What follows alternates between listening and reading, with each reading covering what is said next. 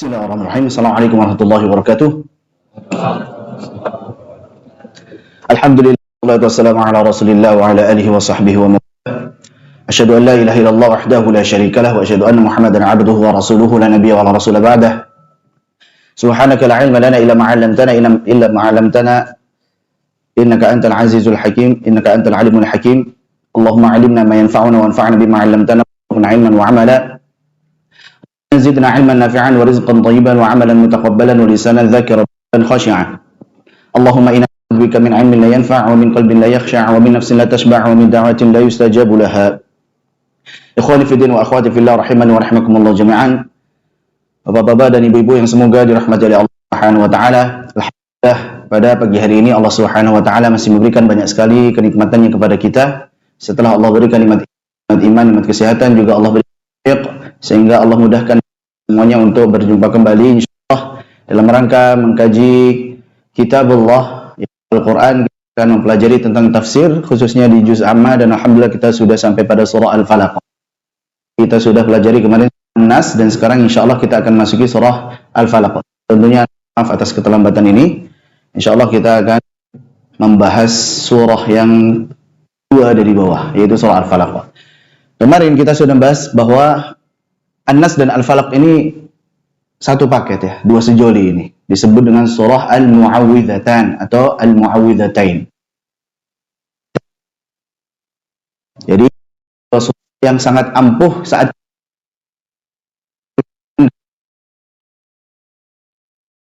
demikianlah yang disabdakan oleh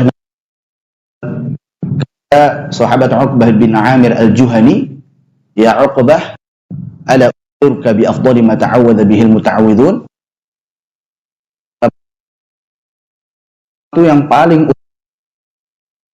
ketika seseorang minta perlindungan akhirnya menyebutkan bahwasanya yang dimaksud adalah qul a'udzu birabbil falaq wa qul a'udzu birabbin nas. Jadi yang paling utama saat kita meminta perlindungan kepada Allah Subhanahu wa taala adalah kita membaca surah Al-Falaq dan juga disebut dengan Al-Mu'awwidhatan atau Al-Mu'awwidhatain.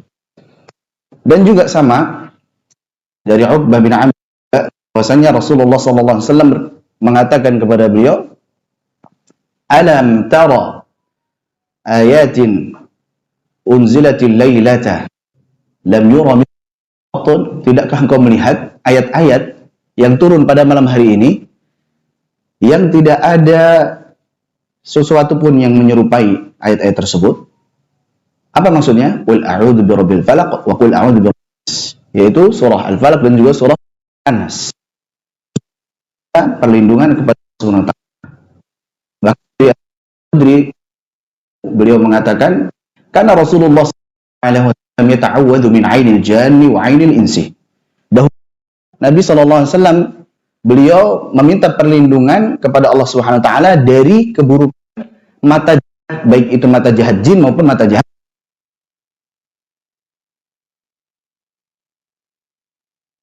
karena ketidaksukaan, sehingga akan kecelakaan orang jahatnya tersebut yang atau orang yang kagum tapi tanpa Allah Subhanahu wa taala, tanpa subhanallah, orang yang dia dikagumi dengan sangat tersebut tapi lupa menyebut nama Allah, akhirnya akan keburukan. Ini namanya ain. Nah, akan tetapi saat falamma nazzalatil mu'awwidhatan, yaitu surah Al-Falaq dan surah An-Nas, akhadha bihima wa taraka ma siwa. Beliau lebih untuk membaca dua surah sebagai surah yang dengannya beliau meminta perlindungan Allah dan beliau tinggalkan yang lain. Karena ini dan masih bahwa akan amarani Rasulullah sallallahu alaihi wasallam an aqra'a bil mu'awwidhat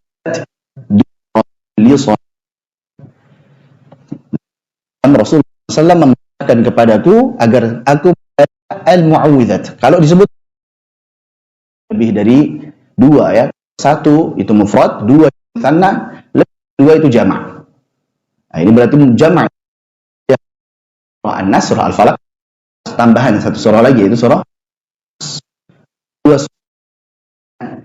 Nabi meminta perlindungan adalah dua surah Al-Falaq dan An-Nas. Tapi kalau Al-Mu'awwidhat satu lagi itu kul semua yang belakang itu. Ini yang paling jadi faktor kita saat sholat. Beliau Uqbah bin Amir al-Juhani radhiyallahu anhu perintahkan oleh Rasulullah SAW untuk membaca surah-surah Al-Mu'awwidzat tadi, yaitu An-Nas, Al-Falaq dan juga Al-Ikhlas setiap selesai sholat. Nah, biasa kalau kita sholat, kita istighfar, astagfirullah, kemudian kita membaca doa-doa, dan kita membaca zikir, ya, kita membaca subhanallah, dan alhamdulillah, Allah akbar, kemudian ditambahi dengan membaca surah-surah Al-Mu'awwidzat tadi setiap selesai sholat. Kemudian juga masih dari Uqbah bin Amir, Nabi SAW mengatakan kepada beliau, ya Uqbah, iqra' bihima, wahai Uqbah, bacalah dua surah tersebut, yaitu surah Al-Falaq dan juga surah An-Nas, kullama nimta wa qumta, setiap engkau mau tidur dan engkau bangun tidur. Jadi pas mau tidur, baca dulu surah Al-Falaq dan juga surah An-Nas. Dan saat bangun tidur, baca Al-Falaq dan juga surah An-Nas. Ma sa'ala sa'ilun wa masta'adha musta'idun bimithlihima. Ya, tidaklah seseorang itu bisa meminta dan juga bisa meminta pertolongan, perlindungan kepada Allah Subhanahu wa taala melebihi dua surah ini. Maksudnya ini sekali lagi adalah dua surah yang sangat ampuh untuk meminta perlindungan. Nah, demikian. Ini tadi semuanya adalah hadis-hadis yang berkaitan dengan keutamaan surah Al-Falaq dan juga surah An-Nas. Kemudian, ikhwani fi din wa akhwati fillah rahimani wa rahimakumullah jami'an. Kita kemarin sudah menyebutkan bahwa An-Nas dan Al-Falaq ini sebenarnya memiliki sababun nuzul. Hanya saja sebagian tidak mengakui sababun nuzul tersebut.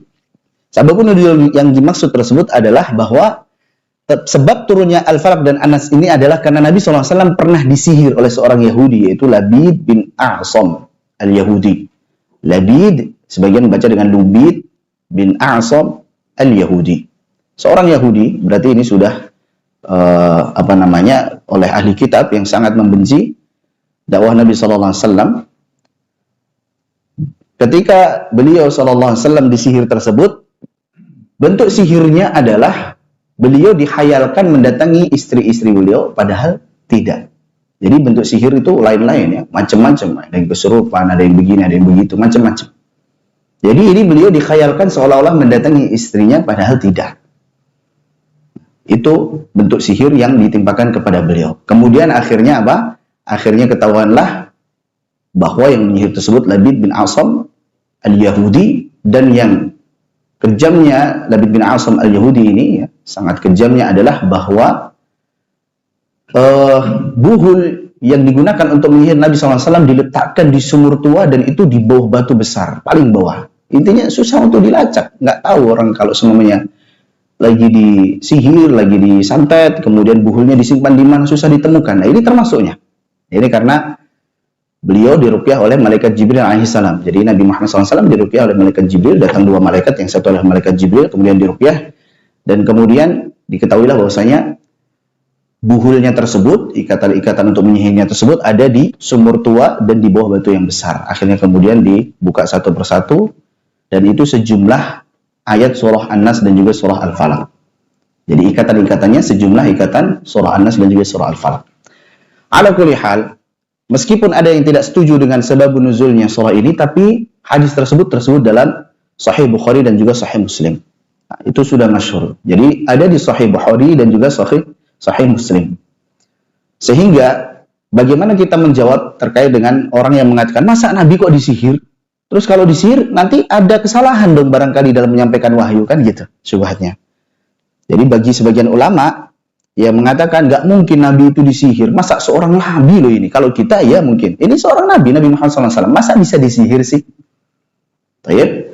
Kalau disihir nanti bagaimana? Jangan-jangan ada sebagian ayat-ayat Al-Quran yang beliau ngaco gitu, berkhayal seolah-olah dapat wahyu padahal tidak, ya nggak? Itu syubhatnya. Maka menjawabnya adalah bahwa bentuk sihir yang menimpa beliau itu khusus tentang khayalan bahwa beliau mendatangi istrinya. Tidak terkait sama sekali dengan wahyu.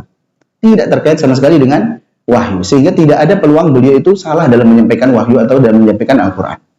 Jadi khusus sakitnya itu adalah sakit seolah-olah mendatangi. Seperti misalkan ada orang ketika dia sakit, demam tinggi, seolah-olah dia berkhayal macam-macam kan. Nah, padahal tidak kejadian, itu cuma khayalnya dia. Jadi cuman seolah-olah sudah melakukan sesuatu. Kita ketika demam panas tinggi, seolah-olah macam-macam, mimpi buruk dan sebagainya, seolah-olah habis begini, seolah-olah habis begitu. Nah, itu maksud daripada sakitnya Rasulullah SAW. Disihirnya bentuknya seperti itu. Tidak ada kaitannya sama sekali dengan kesalahan beliau dalam menyampaikan wahyu, ayat-ayat Al-Quran. Itu jawabannya.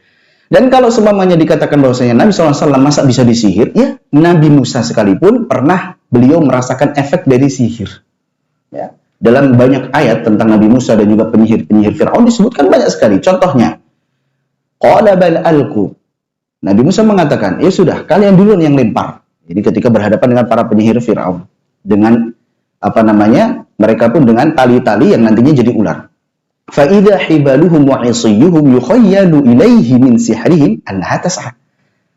Jadi ketika sudah dilempar tali-tali tersebut dan juga tongkat-tongkat mereka tersebut, faida, ketika dilempar maka apa? Yukhayyalu ilaihi, dikhayalkan kepada Nabi Musa tersebut min sihrihim, dari sebab sihir mereka, annaha tas'a, bahwasanya tali-tali dan juga tongkat-tongkat tersebut tas'a, mereka ini gerak sehingga seperti ular, tapi ini ilusi mata saja, seperti ular. Berarti itu kan efek daripada sihir, bisa kena efek daripada sihir tersebut.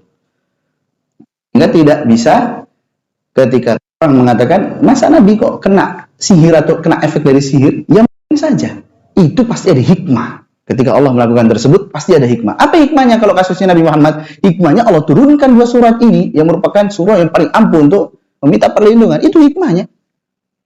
Jadi itu hikmahnya. Kalaupun hikmah apa yang ada pada Nabi Musa? Hikmahnya Allah jadikan tongkat beliau itu ular yang lebih besar. Yang itu menjadi mukjizat Nabi Musa. Itu hikmahnya.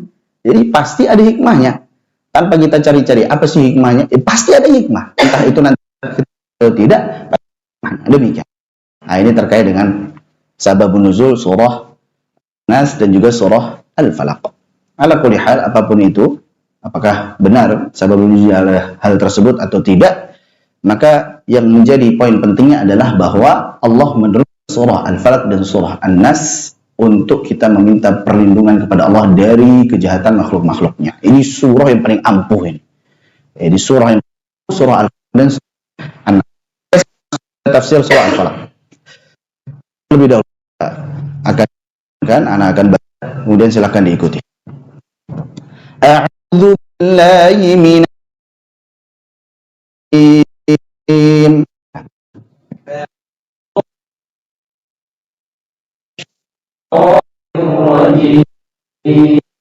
Bismillahirrahmanirrahim. Bismillahirrahmanirrahim. Qul a'udzu birabbil falaq. Qul a'udzu birabbil falaq. Min syarri ma khalaq. Min syarri ma khalaq. Rinya tipis ya. Min syarri ma khalaq. Min syarri ma khalaq. Wa min syarri ghasiqin idza waqab. Min syarri ghasiqin idza waqab. Wa min syarri naffatsati fil 'uqad. Wa min syarri naffatsati fil 'uqad. Wa min syarri hasidin idza hasad. Wa min syarri hasidin idza hasad. Baik, alhamdulillah. Nah, Masya Allah, semuanya sudah bawa senjata ya, alhamdulillah. Daripada yang kemarin, sekarang bawa senjata semuanya, yaitu pulpen dan buku. Nah, penting ini. Jangan sampai antum ke medan perang nggak bawa senjata, bunuh diri gitu. Sekarang antum lagi berperang dengan kejahilan kan? Antum mau berperang dengan kejahilan harus bawa senjata, apa itu? Pulpen dan buku. Kecuali kalau antum Imam Syafi'i semua, sekali denger langsung hafal antum. Masya Allah, nggak usah bawa buku nggak apa-apa. Nah, tapi alhamdulillah kita diberikan taufik oleh Allah. Baik, surah Al-Falaq. Yang pertama, qul a'udzu birabbil falaq. Qul, katakanlah, ucapkanlah. Ini sama dengan surah An-Nas kemarin ya, bahwa yang diperintah untuk mengucapkan di sini adalah Nabi Muhammad SAW. Akan tetapi perintah untuk Nabi SAW itu juga perintah untuk umatnya selama tidak ada dalil yang mengkhususkan perintah tersebut. Jadi secara umum, katakanlah, ucapkanlah engkau wahai Nabi Muhammad dan juga umat Nabi Muhammad, kita semuanya diperintah untuk apa? Mengucapkan. Apa yang harus kita ucapkan? A'udzu birabbil falaq. Saya berlindung kepada Allah Subhanahu wa taala yang merupakan Rabb al-Falaq. Baik. Ada ya'udzu, a'udz itu artinya adalah kita berpindah dari suatu tempat ke tempat yang lain. Kita meminta perlindungan kepada Allah Subhanahu wa taala ya, dari suatu keburukan. Di sini disebutkan Rabbi al-Falaq. Apa itu Rabb kemarin? Masih ingat makna dari Rabb seperti Rabbin Nas kemarin? Rabb itu apa sih? Kalau terjemahan Indonesia kan sering diartikan Tuhan gitu ya. Maksud dari Rabb itu apa? Pencipta, apa bahasa Arabnya? Al-Khaliq. Kemudian al-Malik, pemilik. Al-Mudabbir misalkan, yang mengatur. Anggaplah kita ambil tiga ini. Allah lah yang menciptakan, yang memiliki, mengatur, menguasai. Apa yang dikuasai, apa yang diciptakan, apa yang diatur? Al-Falaq. Nah, kita akan lihat dulu nanti. Apa makna dari Al-Falaq ini? Kalau terjemahannya sering terjemahkan waktu subuh, sudah. Jadi Al-Falaq waktu subuh. Tetapi Al-Falaq secara bahasa adalah suatu yang terbelah, belahan. Itu Al-Falaq. Sebagaimana firman Allah Subhanahu wa taala dalam surah Al-An'am ayat 95, Allah berfirman, "Innallaha faliqul habbi wan nawa." Innallaha, sesungguhnya Allah Subhanahu wa taala, faliqul, zat yang membelah al-habbi wan nawa. Biji-bijian, tumbuh-tumbuhan itu dibelah. Baik, kalau antum menanam biasanya gimana sih menanam itu? Biji misalkan kita tanam, ya enggak? Kemudian bagaimana proses tumbuhnya tersebut? Biji tersebut terbelah kan, sehingga menumbuhkan batang, jadi pohon, jadi tanaman. Maka Allah Subhanahu wa taala adalah zat yang membelah biji-bijian tadi, yang tadinya tertutup rapat, kemudian terbelah dan jadilah pohon, sehingga tumbuh. Bisa jadi tanaman bunga-bungaan atau buah-buahan dan sebagainya. Itu makna Al-Falaq secara bahasa. Secara umum, Al-Falaq adalah belahan. Nah, di ayat selanjutnya, ayat 96, secara khusus Allah sebutkan, Faliqul isbahi. Allah adalah zat yang membelah waktu subuh. Bagaimana itu maksudnya? Nah, ketika malam hari gelap gulita, kemudian yang tadinya pekat gelap gulita tersebut Allah datangkan cahaya sehingga cahaya tersebut membelah apa? Kegelapan malam. Wah, cahaya fajar membelah kegelapan malam. Maka timbullah fajar, cahaya. Maka proses itulah yang kemudian langsung disebut waktu subuh. Hal itu terjadi pada waktu subuh, maka langsung disebutlah Al-Falaq, waktu subuh. Demikian. Sebagaimana juga perkataan penyair, ya lailatan bitu, ya lailatan lam anamha, bitu murtafiqan ar'an nujuma ila an nawwara al-falaq. Duhai malam, saya tidak bisa tidur. Murtafiqan. Saya begadang, apa yang dilakukan? Yang dilakukan adalah ar'an nujuma. Saya lihat-lihat bintang, istirahat, nyantai-nyantai, layah-layah sambil lihat-lihat bintang. Wah, misalkan kita lagi camping gitu kan, wah nggak bisa tidur nih, begadang nih. Yang dilakukan ar'an nujuma ila an lihat bintang, masya Allah indahnya, menyingsinglah fajar sampai datanglah cahaya fajar. Maksudnya fajar. Jadi terkait dengan makna dari Al-Falaq. Ya, biasa secara lughah itu bisa diambil dari perkataan-perkataan para penyair, karena mereka fasih dalam menyebutkan kata-kata bahasa. Nah, maka maksud dari Al-Falaq adalah waktu subuh. Baik, jadi sudah ketahuan ya bahwa Allah Subhanahu wa taala adalah yang menguasai, menciptakan dan mengatur waktu subuh. Kita meminta perlindungan kepada Allah, di mana Allah adalah zat yang memiliki, yang mengatur, yang menciptakan waktu subuh tersebut. Kenapa disebutkan waktu subuh? Subuh ini spesial. Pada waktu subuh tersebut, Allah Subhanahu wa taala hendak membedakan mana orang yang benar-benar beriman, mana yang tidak beriman, yang kurang beriman. Dengan subuh.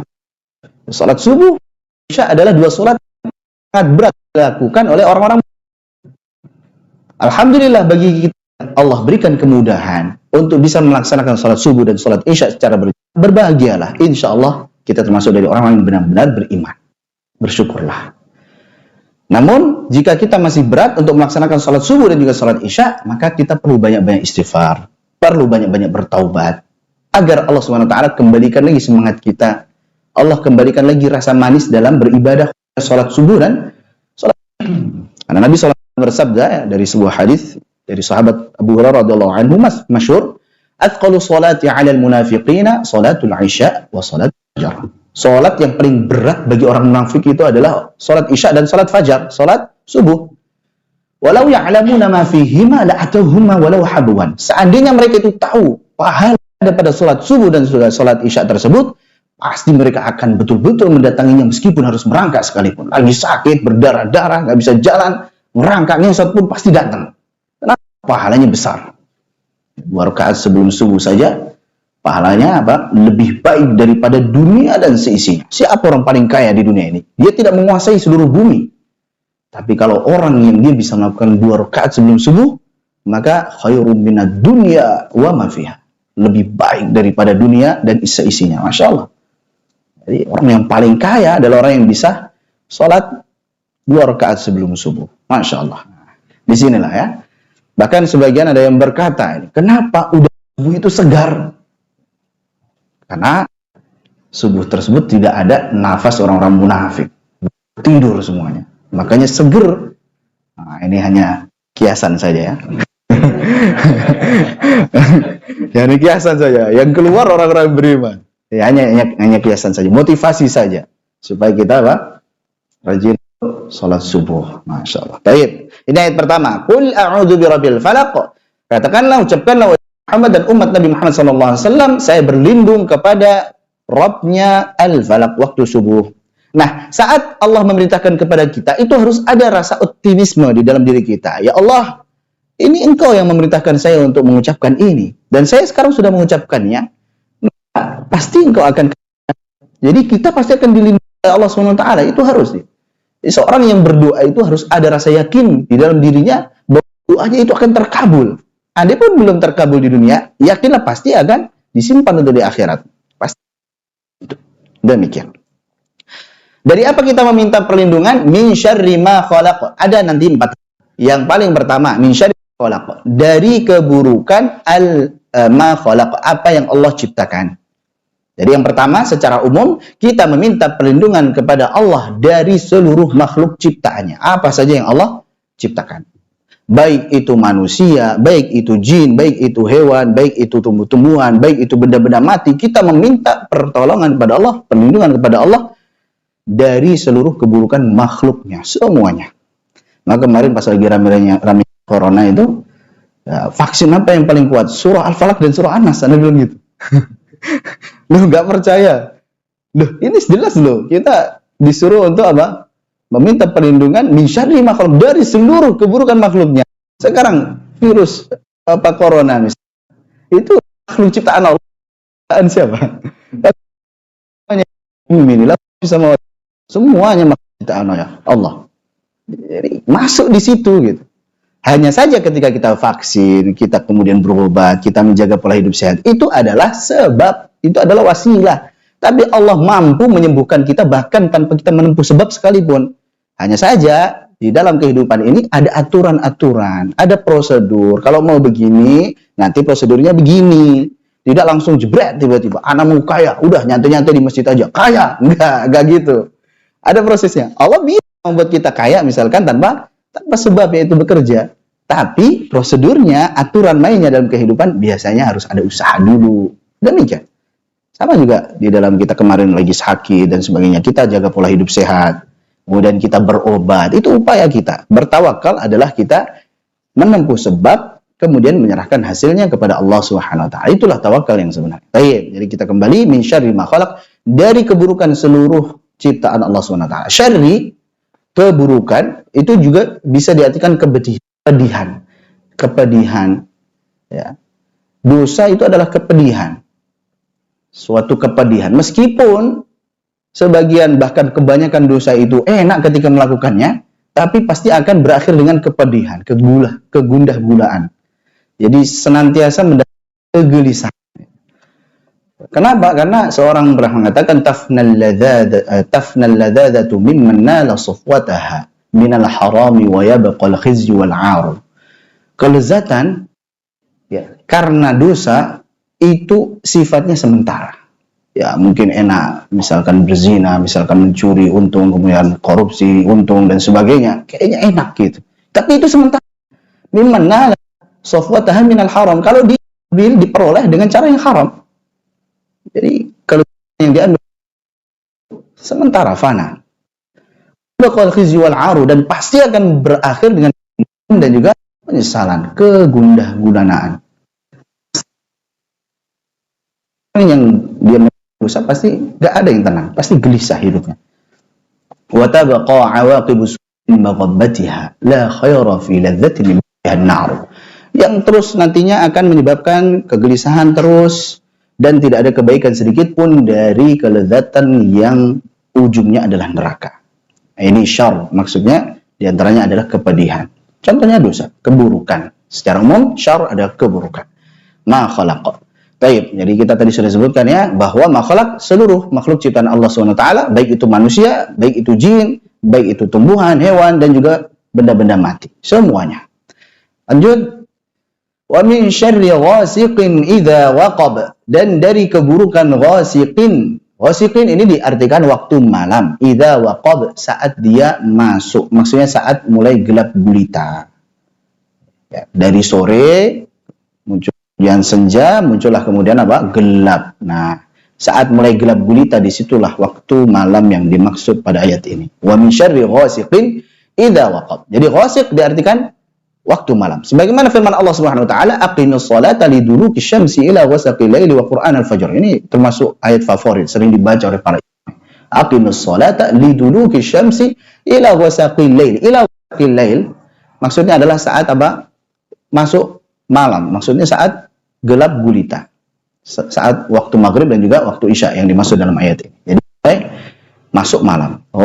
Ila ghasaqil lail wa qur'an al-fajr. Baik.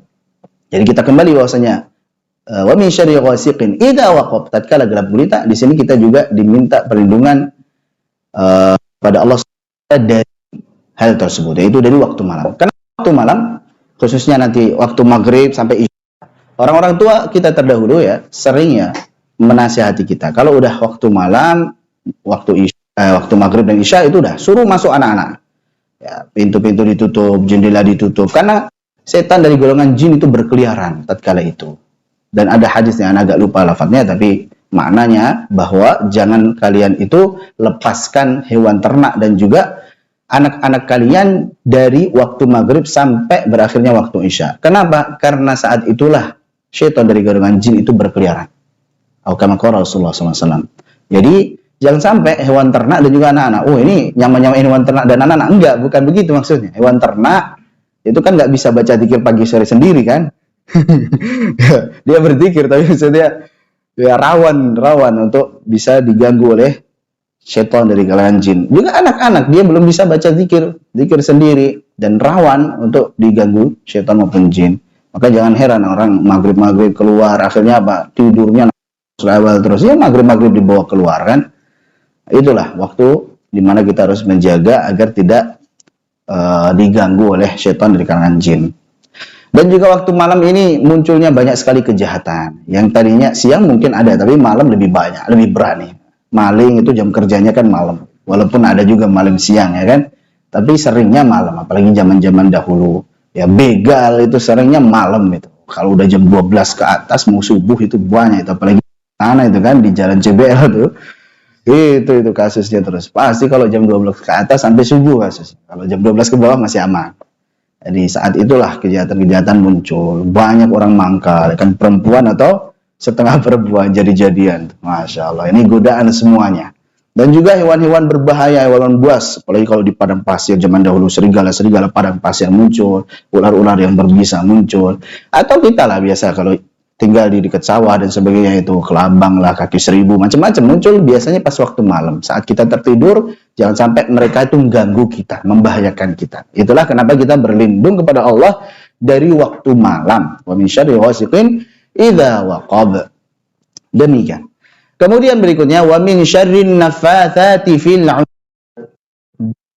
Dan juga dari keburukan an-naffatsati fil 'uqad. An-naffatsat itu jamak dari an-naffatsah. An-naffatsah jamaknya an-naffatsat. Baik, nafatha itu maksudnya adalah meniup ya. seperti meludah tapi tanpa keluar air ludahnya. Ya, fil uqad pada ikatan-ikatan. Al-uqadu jamak dari al-aqdu, ikatan. Al-aqdu, akad, itu sudah menjadi bahasa serapan bahasa Indonesia, akad nikah, gitu. Ikatan pernikahan. Uqad, ikatan-ikatan. Biasa diartikan buhul, ikatan. Diikat. Biasa begitu. Diikat. Seperti itu. Ini maksudnya adalah an-nafathat, ini bentuk feminim, perempuan ini.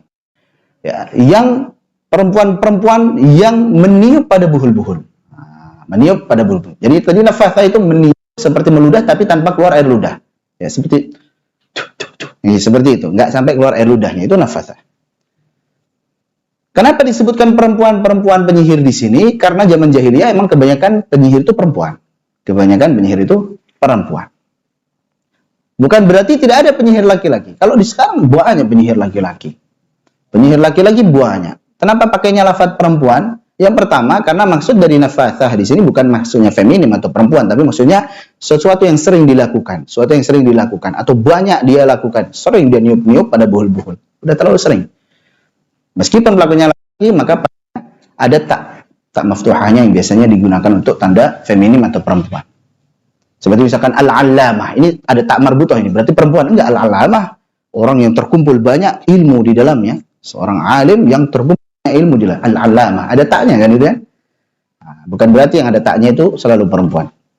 Atau bisa juga, ini mohon maaf ya, barangkali perempuan atau ibu-ibu, meskipun penyihir tersebut laki-laki, tetapi dia seperti perempuan. Mohon maaf ya, seperti mayoritas perempuan lah. Mungkin ibu-ibu di sini enggak ya kan. Laki-laki itu gentle gitu kan. Kalau ada masalah, langsung bilang, hadepin di depannya gitu, nggak ngomongin atau nggak berurusan di belakang. Biasanya perempuan itu ngomong di belakang, dia ngomongin di depan, Masya Allah. Akrab itu bisa gitu kan, di belakang ngomongin, Masya Allah. Jadi pengecut itu maksudnya. Kenapa? Meskipun laki-laki tapi lafadznya sini perempuan, karena penyihir meskipun dia itu laki-laki tapi seperti perempuan, pengecut dia. Beraninya main belakang gitu kan. Kalau berani ada masalah langsung hadapin di depan gitu. Demikian. Allah a'lam bishawab. Ini wa min syarri nafathati fil 'uqad. Sebagian ahli tafsir menafsirkan bahwa yang dimaksud di sini bukan hanya tukang sihir saja. Fil 'uqad, pada ikatan-ikatan di sini ikatan secara umum, bukan buhul-buhul para penyihir tersebut, bukan. Tetapi ikatan secara umum, baik itu ikatan pernikahan, ikatan persaudaraan, ikatan persahabatan, ikatan masyarakat secara luas. Siapa saja yang dia provokator merusak ikatan-ikatan tersebut masuk di ayat ini. Jadi kita meminta perlindungan kepada Allah dari keburukan para provokator yang merusak hubungan baik antara suami istri. Udah bagus-bagus hubungannya, datang orang ketiga, ya, bilang ke suaminya gini, ke istrinya gini, akhirnya berantem pisah. Atau mereka ini orang ketiga nyantet menyihir dan sebagainya sehingga terpisahkan. Nah itu. Jadi kita meminta perlindungan kepada Allah dari mereka. Atau sahabat udah bagus-bagus, kemudian ada yang namimah, ngadu domba. Si fulan gini loh. Yang kesini dia ngomong, si fulan gini. Akhirnya tanpa tabayun dulu langsung berantem mereka. Sama juga di masyarakat secara umum, ya kan. Itu kalau kelompok itu begini, ini kalau kelompok ini begini. Tanpa pernah ketemu langsung, ngopi dulu napa gitu, ngobrol baik-baik gitu. Langsung tiba-tiba musuhan. Jadi kita minta perlindungan kepada Allah dari para provokator ini. Itu pada salah satu ahli tafsir. Tetapi yang masyhur ya para penyihir yang menurut pada buhul. Yang terakhir, wa min syarri hasidin idza hasad, dan dari keburukan orang yang hasad tatkala dia hasad. Nah, di sini kita meminta perlindungan kepada Allah dari orang yang hasad. Tapi saat dia hasad, kenapa? Karena kalau orang hasad tidak menampakkan hasadnya tersebut, baik dari cara dia memandang, baik dari cara dia berbicara ataupun sikapnya, maka tidak membahayakan kita sama sekali. Tapi kalau sudah memunculkan rasa hasadnya tersebut, baik dengan lirikan-lirikan yang tidak menyenangkan, ya, kemudian dengan sindiran-sindiran yang tidak menyenangkan, kemudian dengan ucapan yang menyakiti, kemudian dengan sikap, bahkan dia mengadu domba dan sebagainya, atau bahkan sampai ke sihir juga misalkan, maka ini yang membahayakan kita. Maka inilah hasad adalah dosa yang sangat berbahaya. Kenapa? Karena yang pertama, hasad adalah dosa yang pertama di langit maupun di bumi. Itu hasad itu. Dosa pertama di langit adalah hasad. yaitu dosanya iblis, la'natullah alaih. Dia itu lebih senior dari Nabi Adam. Ada anak baru diciptakan Allah, Nabi Adam. Dia yang tadinya lebih senior disuruh sujud penghormatan sama Nabi Adam. Wah, ini anak baru kok disuruh kita ngormatin dia. Biasanya kan junior ngormatin senior kan. Ini anak baru ini. Akhirnya dia ngerasa anak khairum minhu. Saya lebih baik dari dia. Khalaqtani min nar wa khalaqtahu min tin. Engkau ya Allah ciptakan saya dari api. Saya lebih hebat api itu. Wa khalaqtahu min tin. Api itu tanah. Engkau ciptakan dia dari tanah. Diinjak-injak tanah. Padahal tanah sama api bagusan mana? Tanah.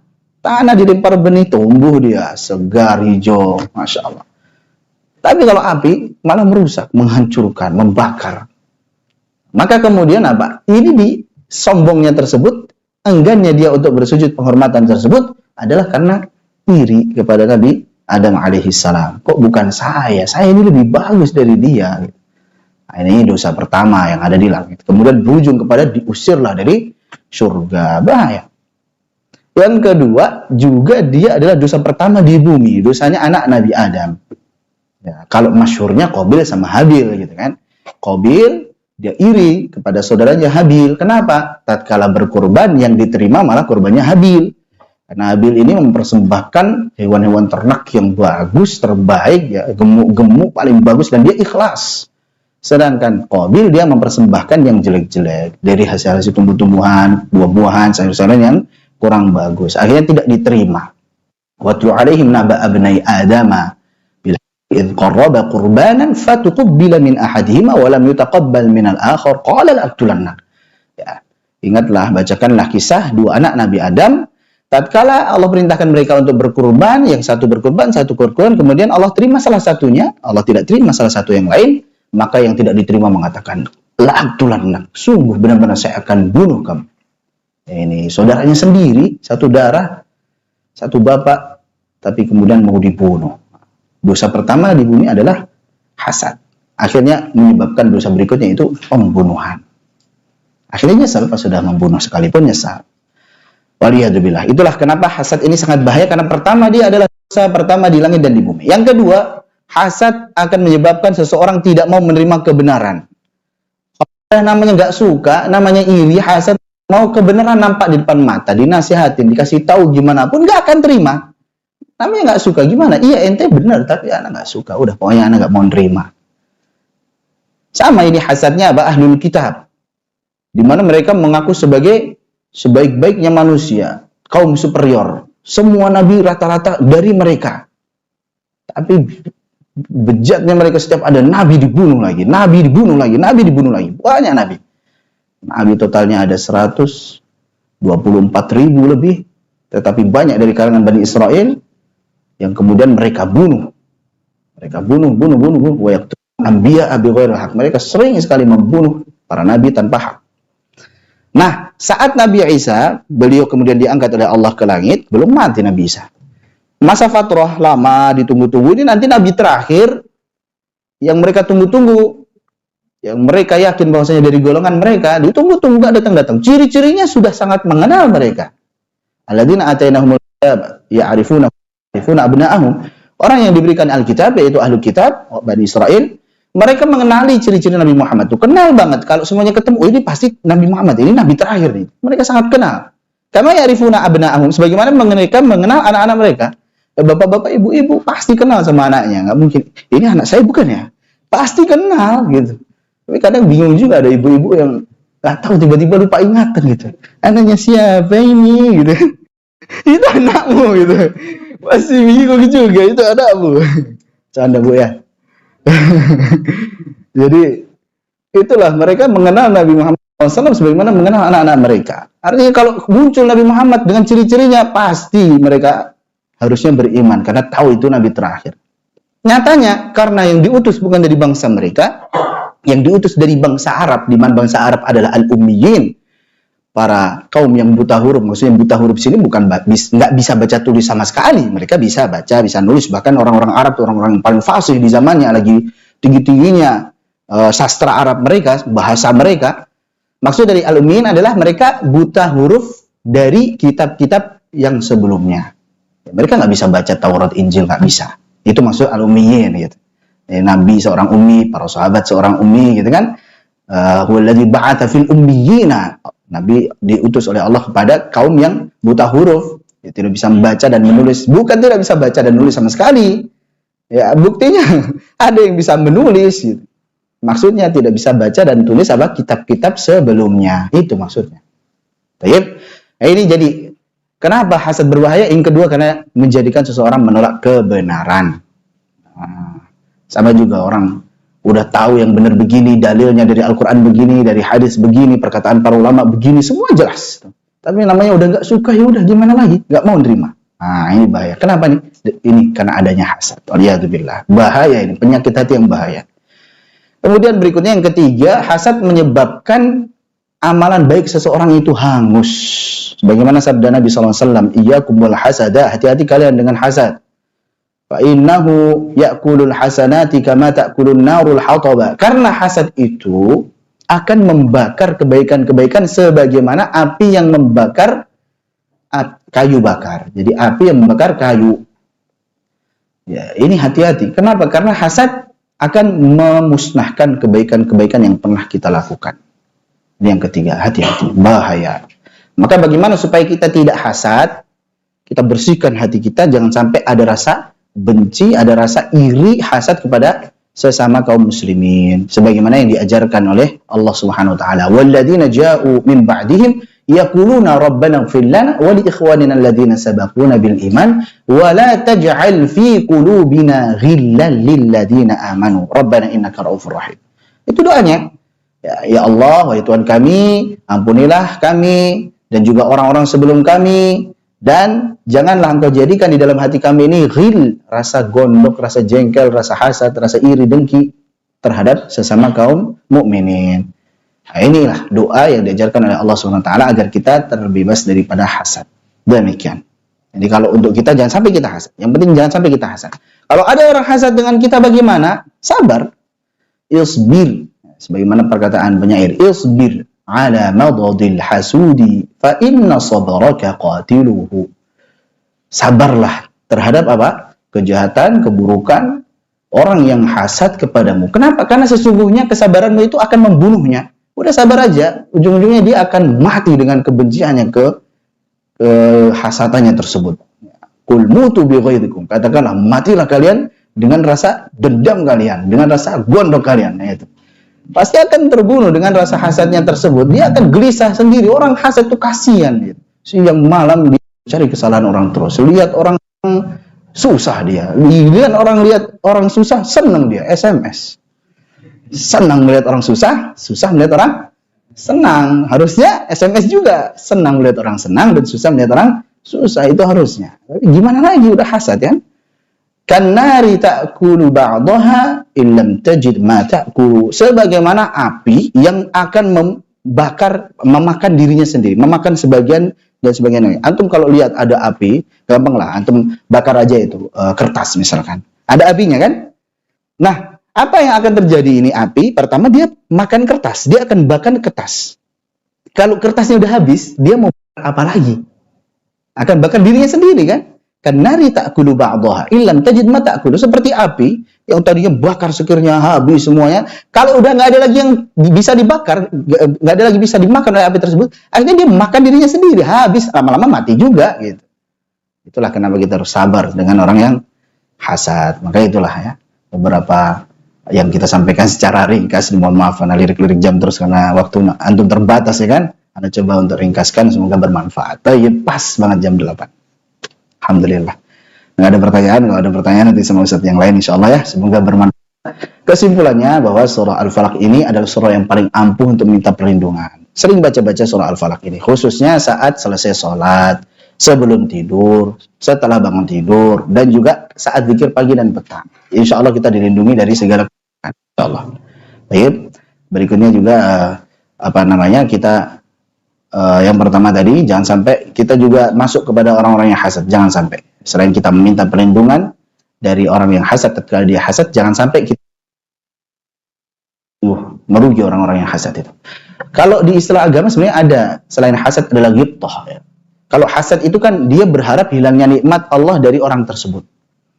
Baik itu nantinya dia biar dia juga dapat nikmat yang semisal, atau Atau yang penting hilang aja deh, anak nggak suka aja dia senang gitu. Tapi antum, misalnya ada orang kaya gitu, oh jangan sampailah dia kaya, bangkrut dah gitu misalkan. Tapi anak nggak untung nggak apa-apa, yang penting dia jangan sampai apa untung gitu. Ini kurang ajar nih. Ada orang yang dia hasad ya, pengen kaya juga gitu. Jadi wajar dia hasad, saya pengen kaya, dia kaya, jangan sampai dia kaya lah, saya yang harus lebih kaya misalkan. Tapi ada yang kurang ajar lagi. Dia mengharapkan nikmat itu hilang dari orang lain, tapi dia tidak menginginkan nikmat tersebut. Ini kurang ajar nih. Nggak suka aja lihat orang senang gitu. Masya Allah.